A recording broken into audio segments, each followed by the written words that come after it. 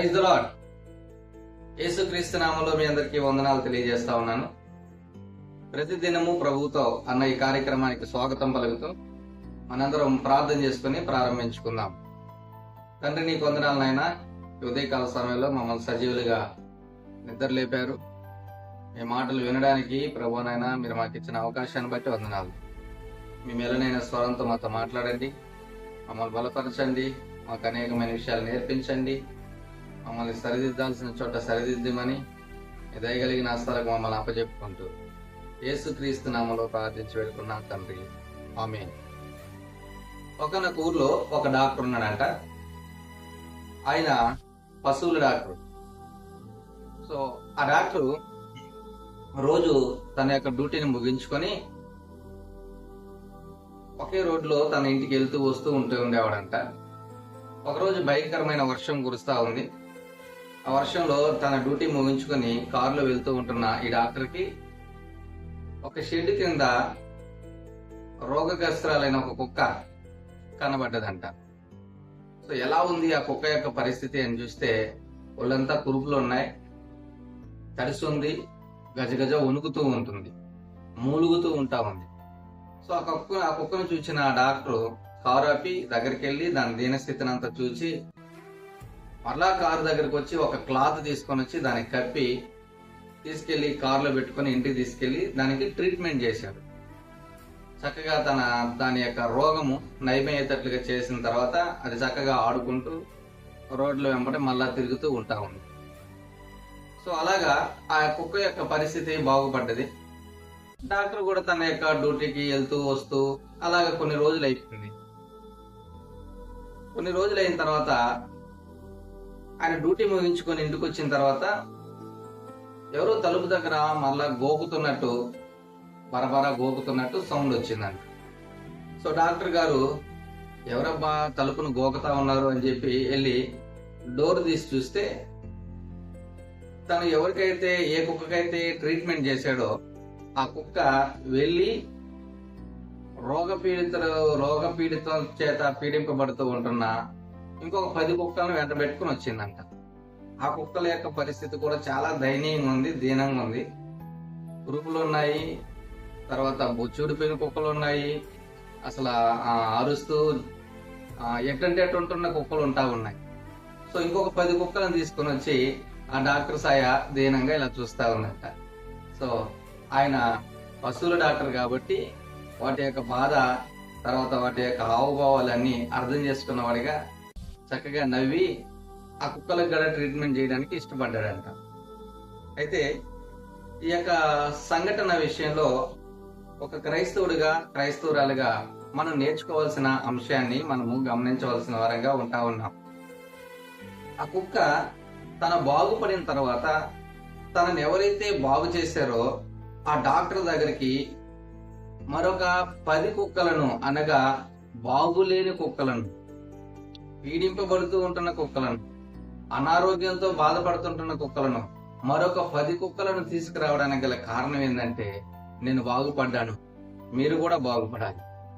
ఇదిగో నన్ను బాగు చేసిన వ్యక్తి ఒక ఆయన ఉన్నాడు, నా మీద జాలి చూపించిన వ్యక్తి ఒక ఆయన ఉన్నాడు, నాకు చక్కగా ట్రీట్మెంట్ చేసిన వ్యక్తి ఒక ఆయన ఉన్నాడు, రండి మీరు కూడా బాగుపడతారని చెప్పి ఆ 10 కుక్కలను ఈ కుక్క ఎలాగైతే తీసుకొచ్చిందో, మరి యేసుక్రీస్తు ప్రభువునందు విశ్వాసం ఉంచి ఆయన పరిశుద్ధమైన రక్తం చేత మన పాపాలు కడగబడి పాపులుగా ఉంటున్న మనము నీతిమంతులుగా తీర్చబడ్డాము.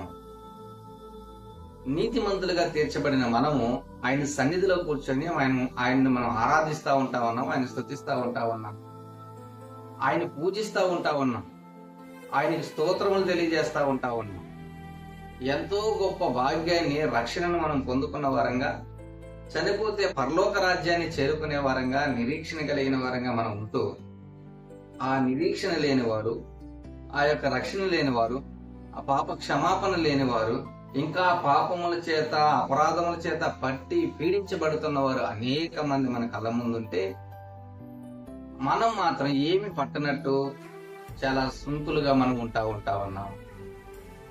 చూడండి, ఆ కుక్క తన బాగుపడిన తర్వాత తనతో పాటు ఎవరెవరైతే ఇబ్బంది పడతా ఉంటున్నారో, బాధపడతా ఉంటున్నారో, రోగం కలిగి ఉంటున్నారో వారందరినీ తీసుకుని వెళ్తా ఉంది. ఆ డాక్టర్ గారి దగ్గరికి తీసుకెళ్ళింది. ఆ డాక్టర్ సాయి దీనంగా చూస్తుంది, అయ్యా ఇగో వీళ్ళని కూడా బాగు చేయి, నన్ను బాగు చేసావు కదా వీళ్ళని కూడా బాగు చేయని మాటలు వింటున్నా ఓ ప్రియ క్రైస్తవురాలా, ఒకసారి ఆలోచించి రక్షింపబడి ఎన్ని సంవత్సరాలు అవుతా ఉంది? యేసుక్రీస్తు ప్రభువునందు విశ్వాసం ఉంచి ఆయన ఎదుట నీ పాపాలు ఒప్పుకొని క్షమాపణ పొందుకొని రక్షణ పొందుకొని ఎన్ని సంవత్సరాలు అవుతా ఉంది? ఆలోచించి. చాలా సంవత్సరాలు అయింది కదా. సంవత్సరాలు జరిగిపోతా ఉన్నాయి, సంవత్సరాలు దాటిపోతా ఉన్నాయి.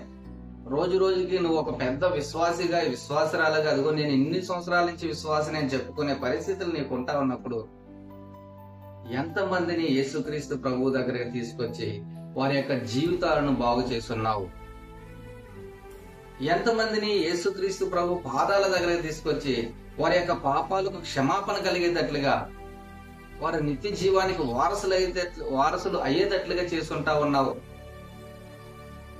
ఆ కుక్కకు ఉంటున్న ఆ యొక్క జ్ఞానము కూడా మనకు లేకపోయినట్లయితే ఇంకా మనం ఎందుకు పనికిరాని వారంగా మిగిలిపోతాం ఈ లోకంలో. తను బాగుపడ్డది ఇంకో 10 కుక్కలు తీసుకొచ్చి వాటిని కూడా బాగు చేయాలని ఆరాటపడతా ఉంది, ఆశపడతా ఉంది. మరి నువ్వు అనేక మంది మన కళ్ళ ముందు నశించిపోతున్న జనాంగం కనబడతా ఉన్నారు. ఎవరెవరో అవసరం కూడా లేదు కానీ నీ చుట్టుపక్కలే, నీ కుటుంబంలో, నీ రక్త సంబంధికులు, నీ గ్రామంలో, నువ్వు పని చేస్తున్న చోట ఎంత మంది నశించిపోతా ఉన్నారు. భయంకరమైన నరకానికి చేరుకునే పరిస్థితిలో వారు ఉంటా ఉన్నారు. ఇంకా చాలా మంది ఈ లోకంలో వారి యొక్క వ్యసనాల చేత పట్టి పీడించబడుతుంటున్న వారు, పాపంలో బొర్లాడుతుంటున్న వారు నీ కళ్ళ ముందు కనిపించట్లేదా? ఇది ఒకానొకప్పుడు నేను కూడా ఇదే పరిస్థితిలో ఉన్నప్పుడు యేసుక్రీస్తు ప్రభు తన కౌగిట్లోకి నన్ను చేర్చుకున్నాడు, నన్ను బాగు చేశాడు, వీళ్ళను కూడా ఆయన దగ్గరికి నడిపిద్దాం అన్న ఆలోచన నీకు ఇంకా రాకపోతున్నట్లయితే నువ్వు ఎలాంటి పరిస్థితిలో ఉంటున్నావో అర్థం చేసుకోవచ్చు. యాకోబు పత్రికలో ఒక మాట రాయించాడు దేవుడు. ఆ మాట చదువుకుందాం. యాకోబు పత్రిక 5వ అధ్యాయం 19, 20 వచనాలు, 2 వచనాలు మనం చదువుకుందాం. నా సహోదరులారా, మీలో ఎవడైనను సత్యము నుండి తొలగిపోయినప్పుడు మరి ఒకడు అతనిని సత్యమునకు మళ్లించిన ఎడల పాపిని వాని తప్పు మార్గం నుండి మళ్లించిన వాడు మరణము నుండి ఒక ఆత్మను రక్షించి అనేక పాపములను కప్పువేనని తాను తెలుసుకొనవలెను.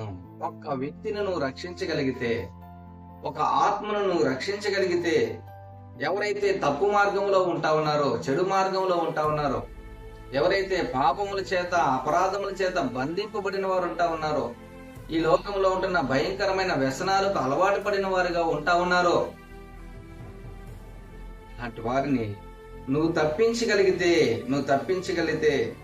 తప్పు మార్గం నుండి వారిని మళ్లించగలిగితే ఏం చేసినట్టో తెలుసా? మరణం నుండి ఒక ఆత్మను రక్షించి అనేక పాపములను కప్పివేసేవాడుగా నువ్వు ఉంటా ఉన్నావు. ప్రభువా, ఆత్మను రక్షించుకున్నావు కదా, ఇదిగో ఈ ఆత్మను కూడా రక్షించు. నువ్వు తీసుకొస్తున్నావో తీసుకురావడం లేదో దాన్ని తర్వాత మనం ఆలోచన చేస్తే చేయొచ్చు, కానీ మొట్టమొదటిగా ఒక విషయానికి నువ్వు సమాధానం చెప్పు. ఒక ప్రశ్నకు కనీసం నీ ఆలోచనలో ఉంటున్న ఒక 5 మంది 10 మంది కోసమైనా సరే, ప్రభువా వీరిని రక్షించిన ఆయన, వీరి పాపముల నుంచి వీరిని తప్పించి ప్రభువా, పరలోకానికి వీరిని అర్హులుగా చేయి ప్రభు అని ఎవరి గురించైనా ఒక 5 మంది గురించి, ఒక 10 మంది గురించి ప్రార్థన చేస్తున్న అనుభవం ఉందా? ఆలోచన చేయి, సమాధానం చెప్పు. దేవుడు అన్నాడు, మీరు సర్వలోకమునికి వెళ్లి సర్వ సృష్టికి సువార్తను ప్రకటించనే దేవుడు మనకు ఒక బాధ్యతను అప్పచెప్తే ఆ బాధ్యతను మనం ఎంతవరకు నిర్వర్తిస్తా ఉన్నాం?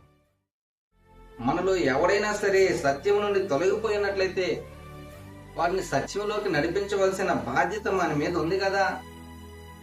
ఆ తప్పు మార్గం నుండి వారిని మళ్లించి మరణం నుండి వారి యొక్క ఆత్మను రక్షించి అనేక పాపములను వారి విషయంలో కప్పవలసిన వారంగా మనం ఉంటున్నాం. యేసుక్రీస్తు ప్రభు యొక్క పరిశుద్ధమైన రక్తం చేత ఆ బాధ్యత మన మీద ఉంది కదా.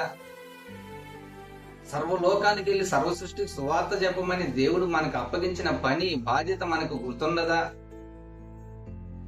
మాటలు వింటున్న ప్రియ సహోదరుడా సహోదరి, నువ్వు రక్షించబడి ఎన్ని సంవత్సరాలు అయిందో నాకు తెలియదు, కానీ ఈ ప్రశ్నకు సమాధానం చెప్పుకో. ఎందుకంటే ఒకరోజు దేవుడు అడుగుతాడు నిన్ను, ఎంతమందిని నువ్వు నా కొరకు సంపాదించావు, ఎంతమందిని భయంకరమైన నరకం నుంచి తప్పించడానికి కృషి చేసావు, ప్రార్థించేసావు, కష్టపడ్డావు.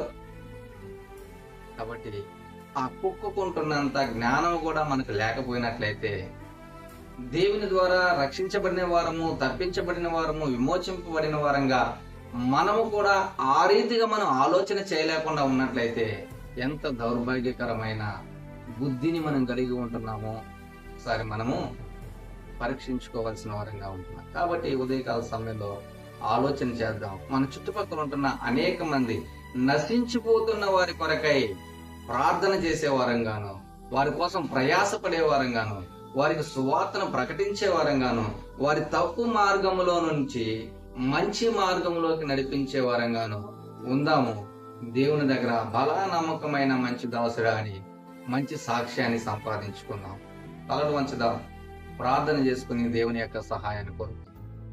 పరిశుద్ధులైన తండ్రి, ప్రేమ కలిగిన మా దేవ, మీకు వందనాలయ్యా. ఉదయకాల సమయంలో మా బాధ్యతను మీరు గుర్తు చేసినందుకే మీకు వందన. ఎంతమంది అయితే నాయన మీ మాటలు విని అయ్యా నాయన అనేక మందికి రక్షణ సువార్తను ప్రకటించాలని నిర్ణయించుకుంటున్నారు, అనేక మంది కోసం ప్రార్థన చేయాలని ఆలోచన చేస్తూ ఉంటున్నారు, వారందరూ మీ చేతులకు అప్పచెప్తున్నారు. మీరే బలపరచండి, ఆత్మల పట్ల భారముతో నింపి నడిపించండి. యేసుక్రీస్తు నామములో ప్రార్థించి వేడుకున్నాను తండ్రి, ఆమేన్. God bless you.